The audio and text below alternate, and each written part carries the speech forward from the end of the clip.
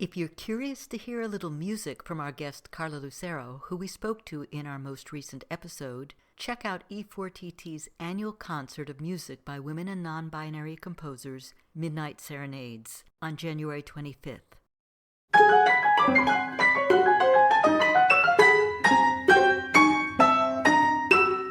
Welcome to For Good Measure, an interview series celebrating diverse composers and other creative artists, sponsored by a grant from the California Arts Council.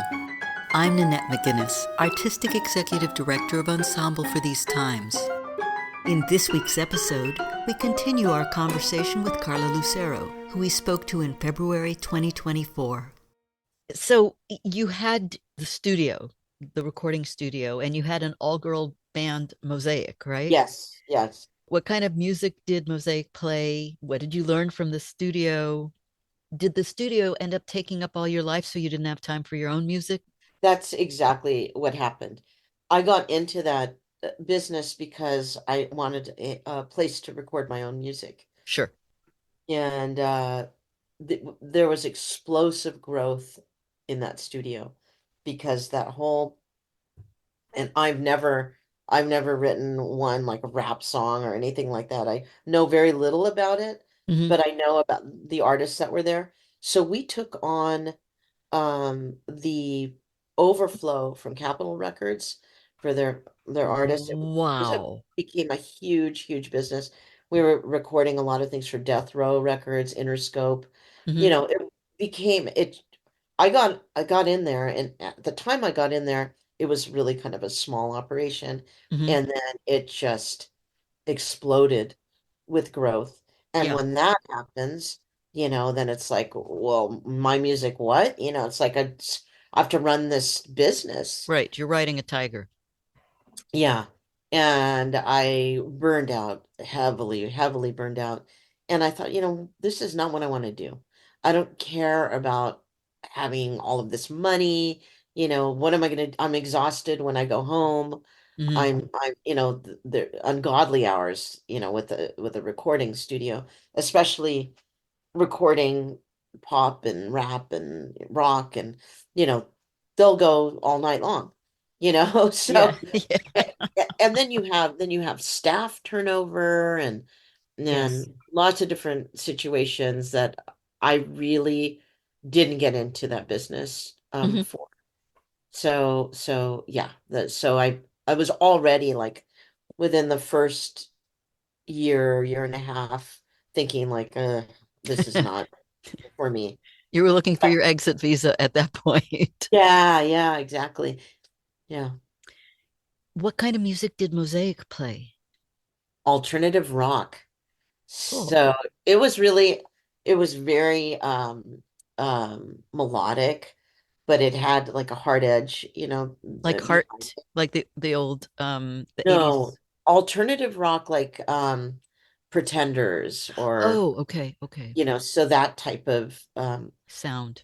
yeah, so we were an 80s band, Yeah, so so of it was, course. it was a weird time in music too because technology was starting to come into the Right, picture. right. So I was starting to experiment a little bit, with that, in addition to acoustic instruments. Right. Um, and it was fun. I have to say, it was,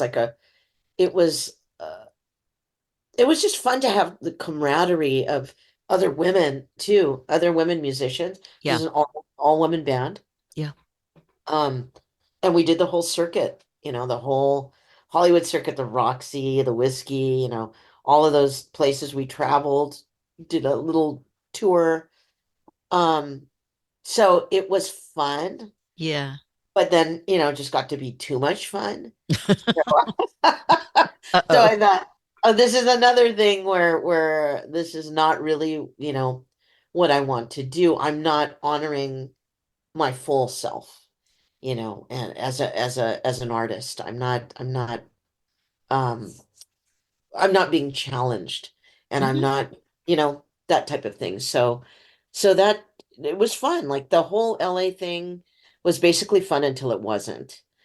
Um, and then the opera scene in LA was pretty much non-existent Yeah. at that point. So I knew San Francisco was the place for me at that time, and it was a really good choice uh, for me.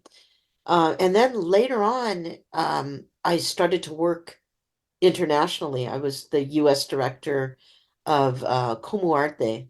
It's a consortium of women artists, Mm. musicians, dancers, filmmakers, visual artists, and being the U.S. director of that organization was great because it's based in Mexico City Mm, okay. and has satellites besides the US, all over Latin America, Spain, Italy at one point.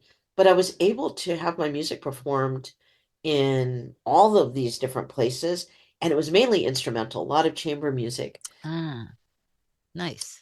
So it was really a wonderful time in my life where I was traveling and composing and having my work performed in wonderful places.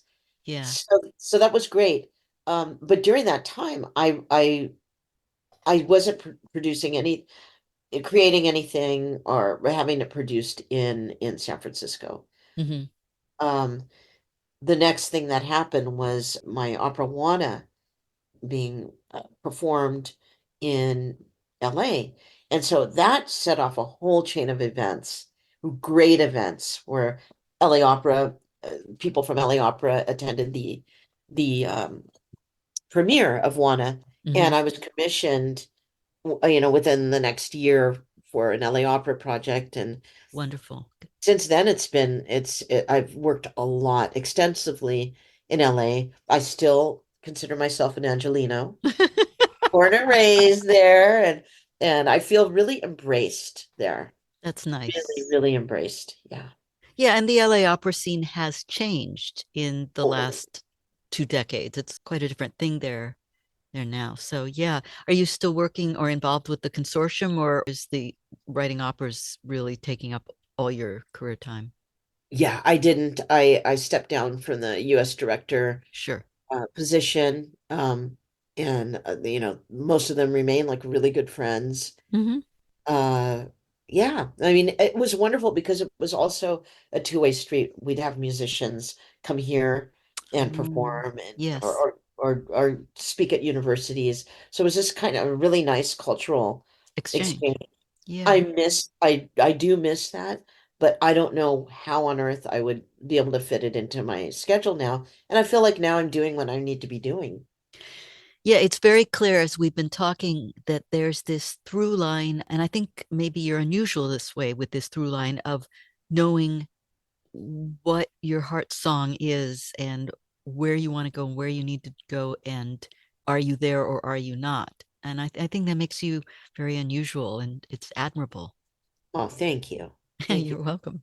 Yeah, certainly I wallowed around in what I was going to do in life much more than. Did you? I think that's natural though, right? That's more natural. Yeah, it's hard. I shouldn't say wallow. I actually there's a decent through line in mine too, but I don't think I had the same surety or sureness that Hmm. I'm hearing, and that's very cool. Thank you for listening to For Good Measure, and a special thank you to our guest, Carla Lucero, for joining us today. If you enjoyed this episode, please subscribe to our podcast by clicking on the subscribe button and support us by sharing it with your friends, posting about it on social media, and leaving us a rating and a review. To learn more about E4TT, our concert season online and in the Bay Area, or to make a tax-deductible donation, please visit us at e4tt.org. This podcast is made possible in part by a grant from the California Arts Council and generous donors like you. For Good Measure is produced by Nanette McGuinness and Ensemble for These Times and designed by Brennan Stokes, with special thanks to co-producer and audio engineer Stephanie M. Neumann. Remember to keep supporting equity in the arts and tune in next week for Good Measure.